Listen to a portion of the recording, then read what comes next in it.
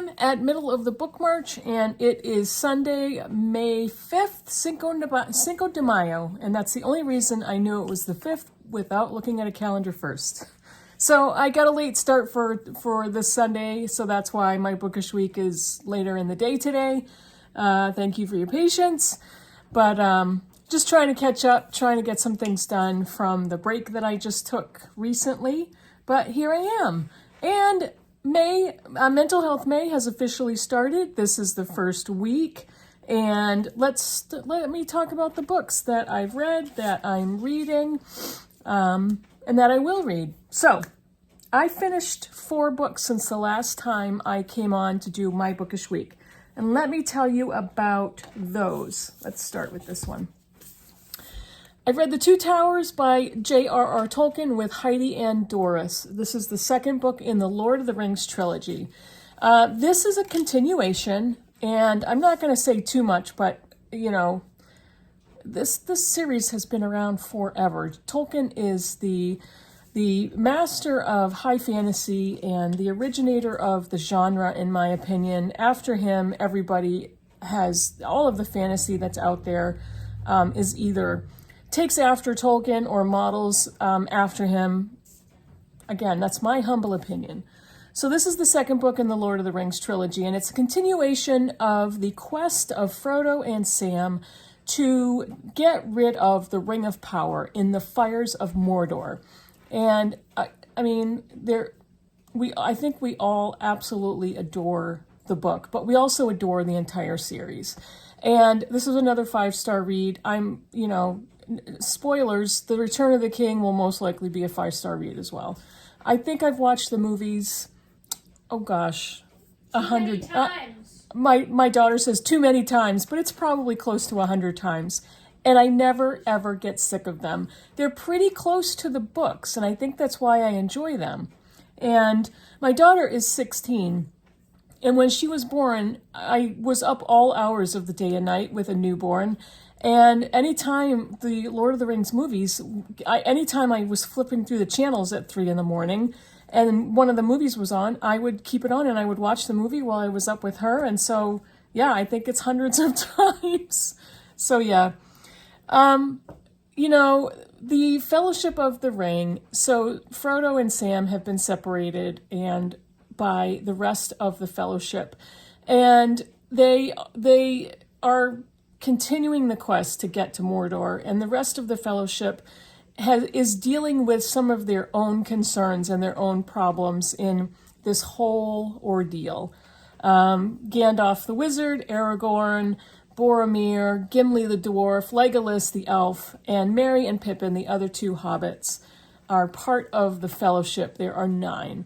So we keep following Frodo and Sam, who have stuck together. Sam is nothing if not 100% loyal to Frodo. So that's the short version. I'm not going to spoil it for anybody who's never seen the movie, who's never read the book. I don't know if you're out there. If you are, I refuse to spoil this for you. So 5-star reads for The Two Towers by Tolkien. The next book was a complete departure from the high fantasy genre. And I looked up how to pronounce this author's name, and I probably will still get it wrong. This is Will and Testament by the Norwegian author Vigdis Hjorth, I believe, and it is translated by Charlotte Barslund from the Norwegian. This is a story of a family with 3 adult children, and the father dies, and they are fighting over family property. They have 2 cabins 2 vacation cabins. And when the father dies, there's a will that says he has left, no, it's 4 children. There's 4 children, 3 girls and a boy. So when the father dies, he has left his cabins to 2 of the youngest daughters, leaving out the oldest daughter and his son.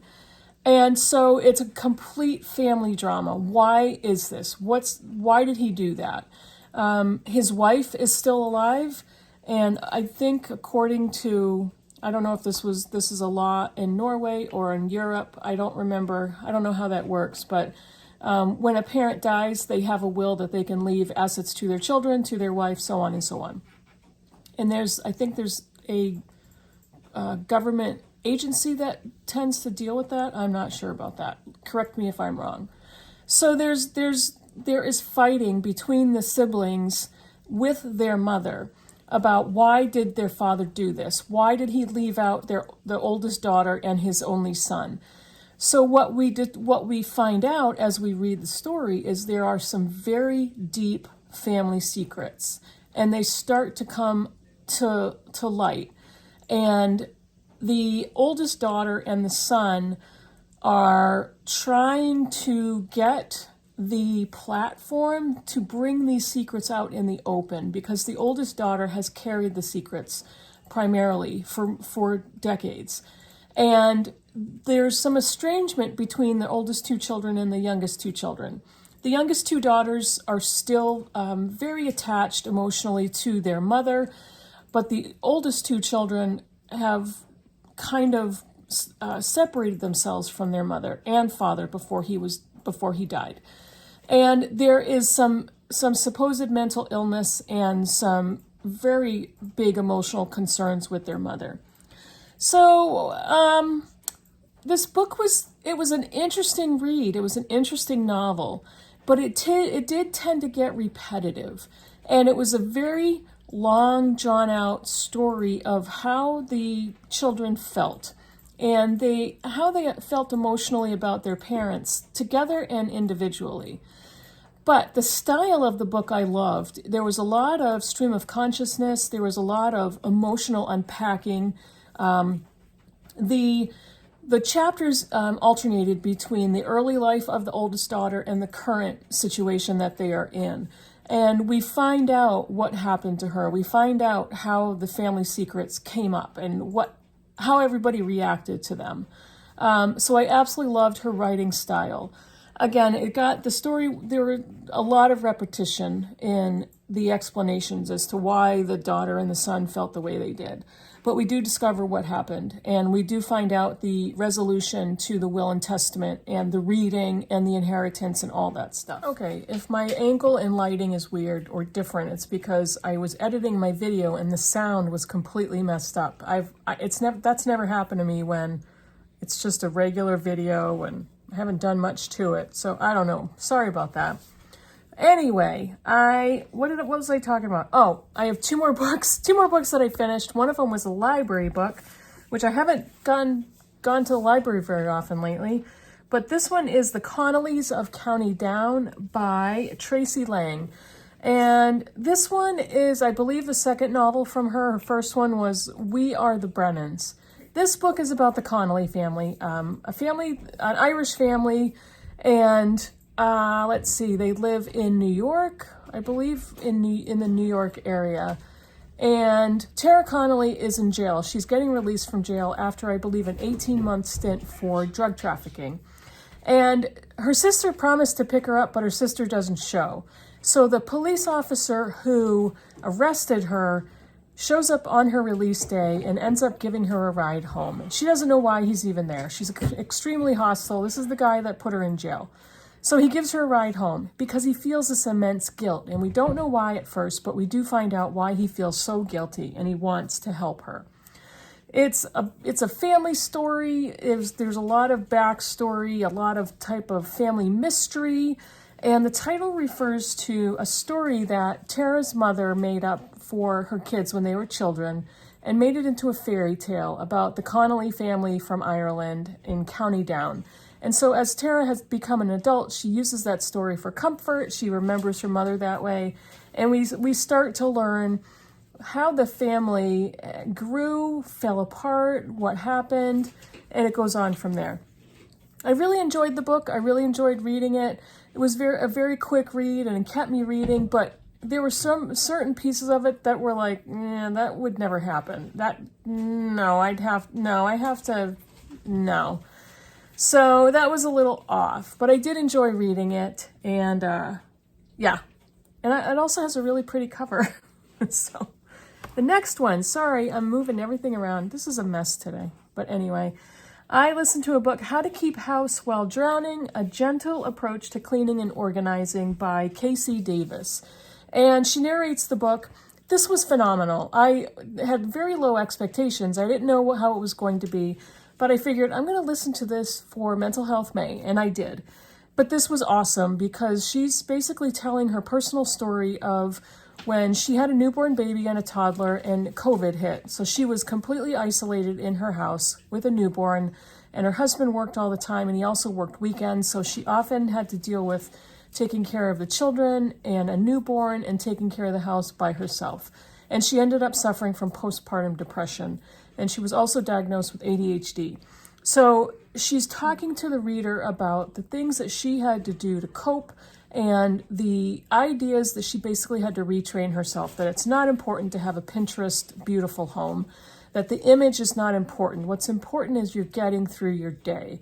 And whatever you're doing to feed your children, to pick up around your house, even if it's not perfect and you can't get to everything and you're making yourself feel bad, you're still doing great because you're doing something. And she also gives a lot of really good advice about how to take care of yourself. Small little things that you can do to build up your own self-esteem. And such excellent advice. She talks to people who have some more severe mental illnesses about taking a shower every day, about getting enough sleep every night, about trying to make a schedule and routines for yourself. And she also continues to give encouragement to the reader for people that can barely get themselves out of bed and do one task a day. And she's not lecturing the reader, but she's giving some hardcore advice that is compassionate and empathetic that we can all relate to. And I just loved it. If you have a chance to listen to it, she's got a great narrating voice, and I highly recommend this one. So, what am I currently reading? I will soon be finished with The Snow Child by Eowyn Ivey. It's been a slow-going one for me, but not because I'm not liking it. It's just, I'm pacing myself on the reading, and, I maybe been in a little bit of a slump, but I'm really loving this book, and I think I'm a little more than halfway through at this point. This is the story of an older couple who have left Pennsylvania to go to Alaska in the Alaskan wilderness. I believe it's at the turn of the 20th century.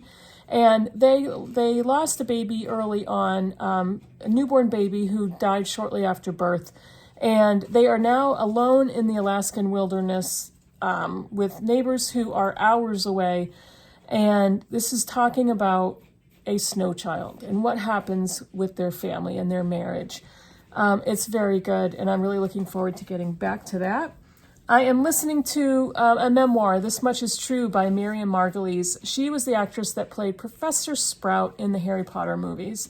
She is hilarious. If you haven't seen her, try to find her on the Graham Norton Show because she is absolutely hilarious. She is funny and filthy and has so many stories about her life and her professional career. She's just phenomenally funny, so really enjoying listening to her. I have one book that I will be starting tomorrow for Mental Health May. This is Faces in the Water by Janet Frame. This is the story of Estina Mavitt, who has been in a psychiatric hospital and talking about her experience with other patients, her life, and what happens to her. I'm going to be reading this with Joe Smith, and I am getting a phone call. Hold on a second. And I think that was a junk call. So sorry about that. So I'm going to be picking this up tomorrow with Joe Smith. It's a pretty short one, and we'll be reading it this coming week. One more thing. I have a quick giveaway. I put in an order from Book Outlet for 6 books, and 5 of them were correct and 1 was not. So they're correcting it and sending me the book that I actually ordered. But I have this one. This is The Best Is Yet to Come by Debbie McComber, and this is a romance novel, and this is not an author that I would typically have bought a book from. I've never been interested in this particular author's novels, but I am more than happy to send this to somebody in the U.S. for free. And I'll connect with you, and I can get your address and ship this to you. You don't need to send me anything. This is very light. It's probably not even going to cost me a couple dollars to ship it. If you would like it, please write me a comment down below. That is it for my bookish week. Thank you for your patience, and I will see you all in the next video. Bye, everybody.